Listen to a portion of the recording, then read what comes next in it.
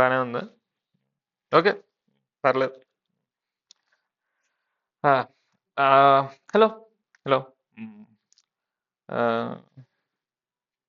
Okay, this is my first solo vlog about I don't know something.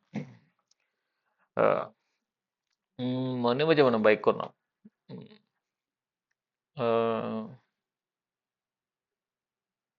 Okay, let's continue. పర్లేదు, ఏం పర్లేదు. I don't care, I don't care. ఏం చెప్తాం, ఆఫీస్లో ఉన్నాం. మ్మ్.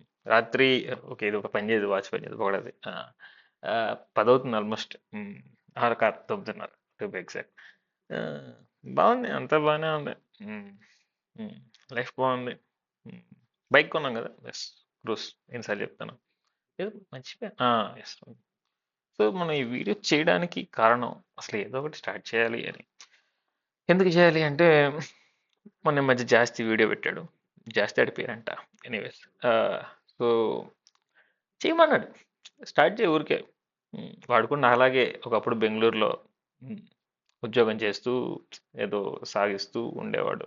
మ్, మనం కూడా స్టార్ట్ చేసాం. మ్,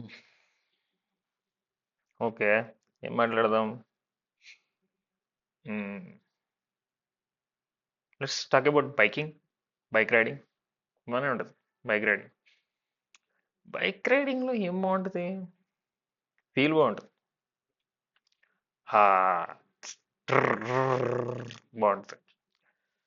కానీ జాగ్రత్తగా ఉండాలి. నాలంటోడు, యూనో, బిగినర్ రైడర్స్ జాగ్రత్తగా ఉండాలి. మంచి హెల్మెట్ ఇంపార్టెంట్. దానికంటే ముందు ఏది ఏంటో తెలుసుకోవడం ఇంపార్టెంట్ బైక్లో. ఏది ఎప్పుడు వాడాలి, ఎవడెలా వస్తే ఏం చేయాలి. టెన్షన్ పడకుండా ఉండాలంటే ఇలాంటివి ఎక్కువ ఎదుర్కొంటా ఉండాలి, అంతకంటే వేరే మార్గం లేదు. That is the best way.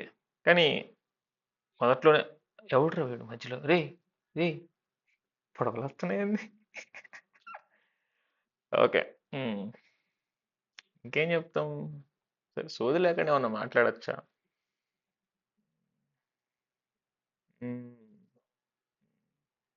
Okay, సింపుల్గా నేను బైక్ నేర్చుకోవడానికి ట్రై చేసి వచ్చనే ఉత్సాహంతో, అత్యుత్సాహంతో ఉమ్, దూల కొద్దీ వెళ్ళి గుద్దిచ్చేసి స్పాట్ పెట్టినవి ఉన్నాయి సంఘటనలు, చాలానే ఉన్నాయి.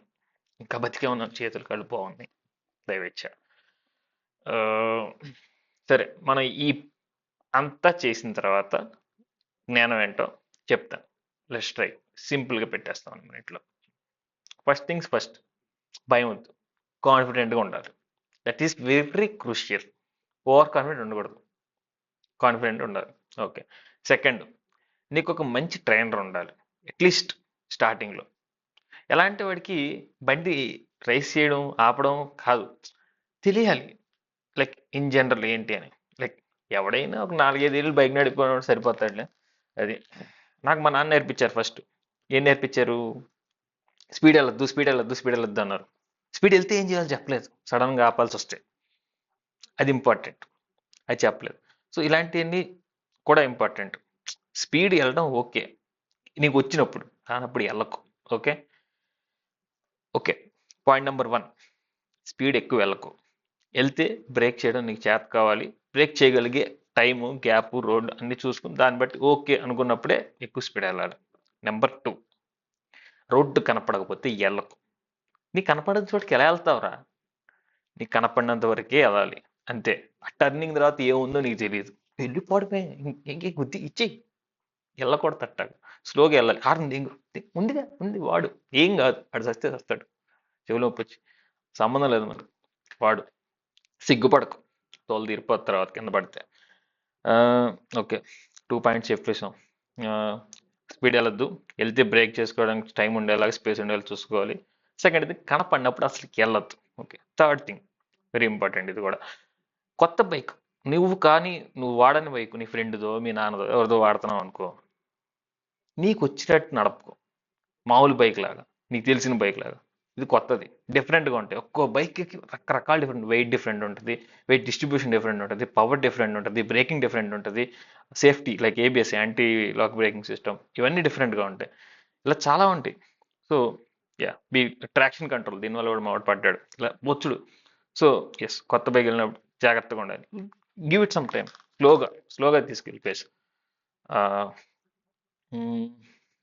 మెయిన్గా ఏమని చెప్పొచ్చు, సైడ్ మిర్రర్లో చూసుకో వెనక ముందు ఎవడు వస్తున్నాడు. సైడ్ మిర్రర్లు ఉన్నాయి, వాడుకో, ఇట్స్ ఇంపార్టెంట్. అది టర్నింగ్ ఇండికేటర్స్ కూడా చాలా ఇంపార్టెంట్.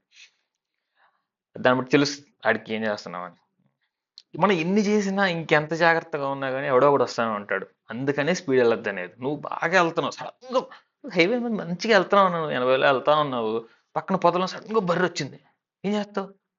సడన్గా బ్రేక్ నొక్కేసావు అనుకో, కింద పడతావు, వచ్చి పెరిగిపోద్ది అంతే. స్కిడ్ అయిపోద్ది, బ్రేక్ లాక్ అయిపోయి, వీల్ లాక్ అయిపోయి బ్రేక్ వల్ల స్కిడ్ అయిపోద్ది. ఏబిఎస్ ఉంటే సేఫ్, బట్ చెప్పలేం ఎంతని, ఇంకా ఏదైనా రిస్కే సరిగ్గా ఆపలేకపోతే అక్కడ కూడా.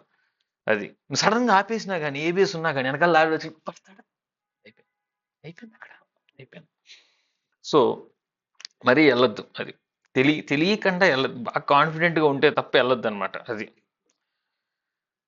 అంతే మెయిన్గా. అది కాన్ఫిడెన్స్ ఇంపార్టెంట్, ఓవర్ కాన్ఫిడెన్స్ వద్దు. కాన్ఫిడెంట్గా వెళ్ళు, మంచిది, కాన్ఫిడెంట్గా వెళ్ళు. చాలు, పని చేసాం ఫస్ట్ 6 minutes వచ్చింది. ఉంటా మరి. Good night.